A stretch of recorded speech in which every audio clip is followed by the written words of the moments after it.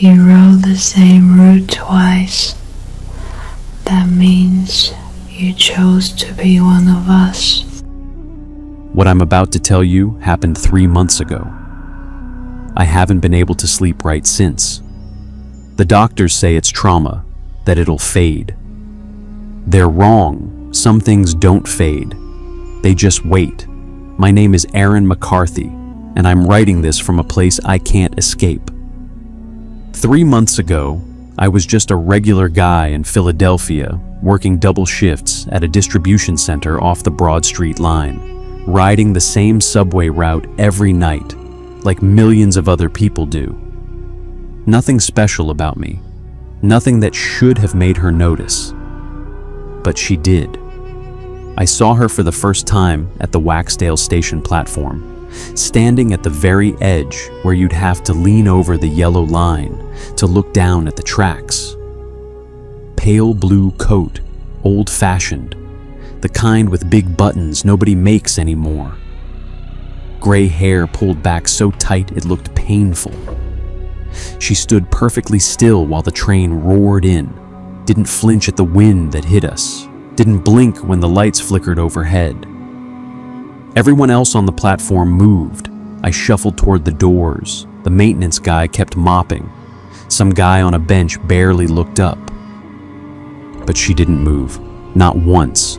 She just stood there, facing the dark tunnel like she was waiting for something that had been coming for a very long time. I got on the train. I sat down, and through the window, I watched her as we pulled away. She was still standing there, still facing the dark. And then, just as we disappeared into the tunnel, she turned her head and looked right at me. My blood turned to ice. I felt it in my chest, like a hook pulling at something, like she'd reached right through the glass and latched onto something I didn't know I had. I told myself I imagined it. Tired eyes, tired brain, nothing more. But when I got off at my stop, I saw her again. She was standing at the top of the stairs, just standing there in the dim light, watching the escalator like she was waiting for someone specific to come up. I froze. The train was gone. The station was silent except for the hum of the fluorescents. She didn't move, didn't speak, just stood there with that pale blue coat hanging off her thin frame. I walked past her on the stairs, close enough to smell something old and dusty, like a church basement. She never looked at me. Her eyes stayed fixed forward. I practically ran up to street level, and when I turned back, she was gone. Not walking away, not descending, just gone, like she'd stepped out of the world for a second. I walked home fast, checked every shadow, and when I locked my door behind me, I sat in the dark for a long time, trying to convince myself that some things are just tricks of the light. The next few days, I took the bus everywhere. I walked the long way to work, even when it rained, spent money I didn't have on ride shares, did anything to avoid going back underground. But avoidance is just postponement, and I learned that the hard way. The bus route changed on Monday without warning, dropping me at Allegheny instead of my usual stop. And there I was, standing at the top of those same stairs I'd run up a week before, looking down into that same yellow light. The station felt different that night. Not in any way I could point to exactly, but the air coming up from below smelled wrong. Wet concrete mixed with something sweet and rotten, like flowers left too long in a vase with no water. The tiles on the walls looked darker somehow, the fluorescents humming louder, and the usual late-night crowd was gone. No sleeping guy on the bench, no maintenance worker, just me and the echo of my own footsteps as I descended the stairs. I made it halfway down before I heard the other footsteps behind me. Slow, deliberate, not the quick shuffle of a commuter in a hurry. These were measured, heavy, each one echoing like someone was taking their time to close the distance. I stopped. The footsteps stopped. I walked faster. They walked faster. I broke into a jog and took the stairs 2 at a time, practically vaulting onto the platform just as the train pulled in. I threw myself through the doors and didn't look back. When I got home that night, I found scratches on my arms I didn't remember getting. 3 parallel lines on my left forearm, shallow but red, like someone had dragged a fingernail across my skin while I wasn't looking. I stared at them for a long time in the bathroom mirror, trying to remember what happened between the stairs and the train, and the more I tried, the less I could recall. The walk down, the footsteps behind me, the sprint onto the platform. But between the platform and the train, there was nothing. A gap. Like I'd been standing still for a minute, and then I was inside the car, sitting down, with no memory of getting on. I didn't sleep that night. I sat in my kitchen with all the lights on, staring at the scratches, and that's when I heard it. Footsteps in the hallway outside my apartment. Slow, deliberate. The same rhythm I'd heard on the subway stairs. They stopped outside my door. I watched the handle turn, just slightly, like someone was testing whether it was locked. It held. The footsteps walked away. I never found out who it was, and I don't think I want to. Some doors are better left untested. Some questions are better left unasked. But the scratches are still there, faded now. And every time I look at them, I remember that gap in my memory. That missing minute where something happened to me that I can't explain, in a place I thought I knew, on a route I'd ridden 1,000 times before. The scratches faded, but the dreams didn't. Every night for 2 weeks, I fell asleep and found myself on that platform. The Waxdale station, except it wasn't quite right. The tiles were darker, the lights dimmer, and the tunnel at the end stretched into a black that seemed to breathe. She was always there, standing at the edge, closer each time. First she was at the far end, then she was in the middle. Then she was right behind me, close enough that I could feel her breath on my neck, slow, wet, like someone drowning in their sleep. I'd try to turn around, but my body wouldn't move. I'd try to scream, but nothing would come out. I'd just stand there, frozen, listening to that breathing get closer and closer, until I woke up gasping, drenched in sweat, with sheets twisted around my legs like I'd been fighting something all night.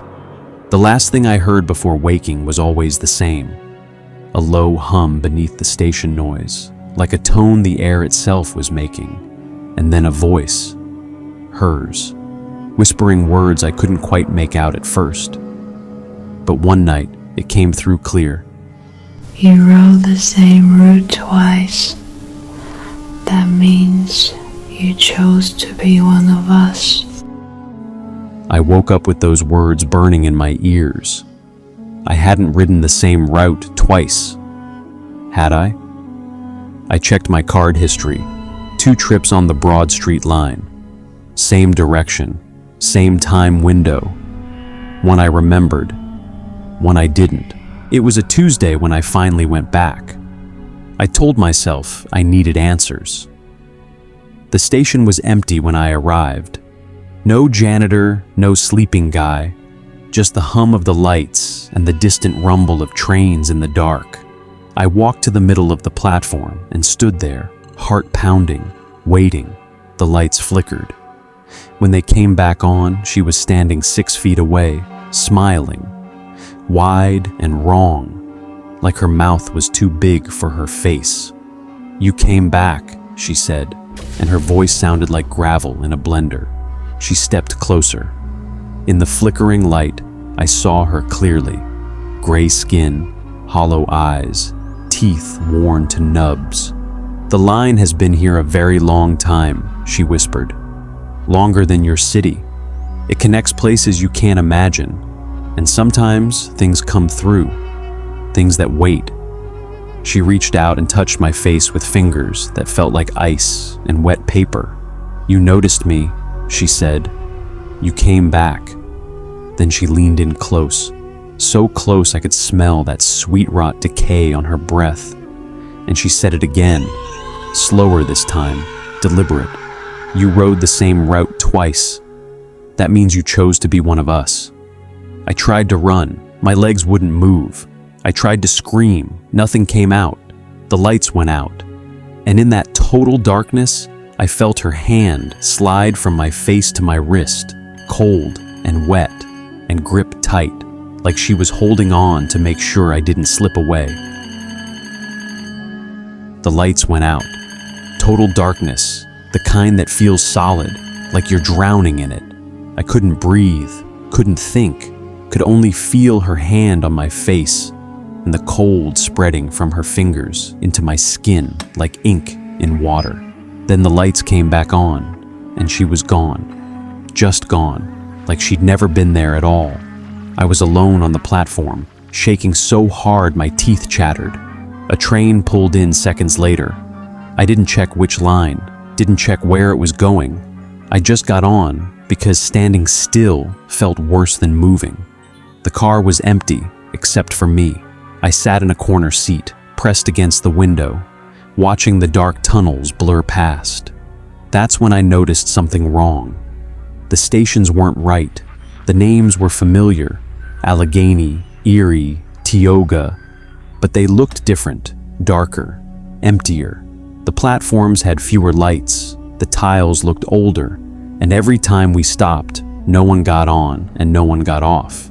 Just me, alone in that car, riding through a subway system that felt like a copy of the one I knew, a shadow version that existed just beneath the surface. The train kept going, past my stop, past the next one, past stations I didn't recognize at all. The map above the door had changed. New names I'd never seen, places like Hollowell and Blacktide, and something in characters that weren't English. The fluorescent lights in the car started flickering in a rhythm that felt like a heartbeat, slow and steady, and I realized the train wasn't slowing down. It was speeding up. The tunnels were getting darker, narrower, and the air coming through the vents smelled like earth and something metallic, like blood. I stood up, walked to the door between cars, and tried the emergency brake. Nothing happened. I tried the intercom to call the driver. A voice came through, but it wasn't speaking English. It was that same gravel in a blender sound, slow and deliberate, like someone reading a list of things that didn't belong to me anymore. I dropped the intercom and backed away. Outside the window, I could see the tunnel walls covered in something. Scratches, hundreds of them, gouged deep into the concrete, like someone had been counting the miles, like someone had been trying to escape for a very long time. And then the train slowed, the doors opened, and I stepped out into a station I've never seen before, in a city I've never heard of, and I understood, finally, that I wasn't going home. I was going to belong to something else entirely. The station was cold. Not the ordinary cold of an underground tunnel, but something deeper. Something that seeped into your bones and made them ache. The platform stretched further than any station I'd ever seen, lined with tiles that were cracked and water-stained, lit by a single row of lights that buzzed and sputtered like dying insects. There were no signs, no maps, no advertisements on the walls, just concrete and silence and the distant drip of water somewhere in the dark. I walked along the platform, calling out, but my voice came back to me flat and wrong, like the station was swallowing the sound. Then I saw them, other people, sitting on a bench near the far end, maybe a dozen of them, maybe more. They looked up when I approached. They looked tired. They looked like they'd been there a long time. One of them, a woman with short black hair and eyes that didn't quite focus, said, "Another one." She didn't sound surprised. She didn't sound anything at all. "She always finds someone new," another one said, a man in a torn jacket who looked like he hadn't eaten in days. "Then the train takes them somewhere else, somewhere we can't follow." I wanted to ask where, but I already knew the answer. I already knew that somewhere was the place I'd been heading all along, the place the woman in the blue coat had been waiting to show me. I refused. I sat down on that bench with the others, and I refused to get back on the train. Days passed, maybe weeks. The lights never changed, so you couldn't tell day from night. We talked sometimes, the people on the bench. We compared notes. We tried to remember who we'd been before. But slowly, one by one, they started disappearing. Not leaving, not walking away. Just gone one morning when I woke up, like they'd never been there at all. I stopped sleeping. I stopped talking. I just sat there, watching the tunnel, waiting for the train that might never come back. And then, one day, I heard it. The distant rumble of wheels on tracks, getting closer, louder. The others stirred. They looked at each other. They looked at me. "It's been waiting for you," the woman with black hair said. "It's always been waiting." I stood up. I walked to the edge of the platform. The train pulled in, doors opening, and inside I could see her. The woman in the blue coat, standing in the far corner, watching me with those hollow eyes. She smiled and waved, like a friend, like a relative welcoming you home. I didn't get on, not this time. I stepped back from the edge and turned away. The doors closed. The train pulled out. But as it disappeared into the dark, her voice echoed through the station, slow and deliberate, and every person on that bench heard it. "You rode the same route twice. That means you chose to be one of us." The words hung in the air like smoke, and I understood then what she'd meant all along. The choice wasn't about getting on the train. The choice was about noticing her in the first place. The choice was made the moment I looked, and I've been sitting on this bench ever since, waiting, watching, knowing that every day I refuse. The words get louder, the train gets closer, and eventually, the bench will feel too comfortable to leave. Because the thing about the subway is, it always comes back.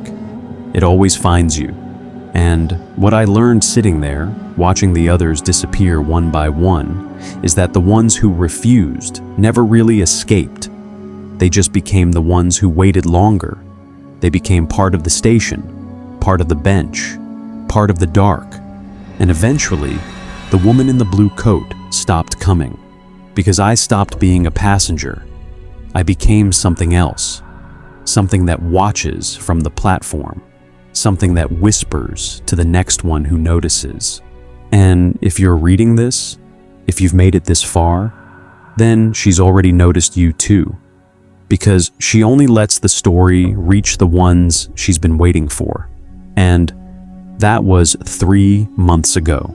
I'm writing this from a bench in a station that has no name. And I'm telling you, if you ever see someone standing at the end of a platform, don't look at them. Don't let them see you looking. Because once they know you've noticed, they never stop waiting. And eventually, they always come to collect. And when they do, you won't just disappear. You'll become the thing that waits for the next one.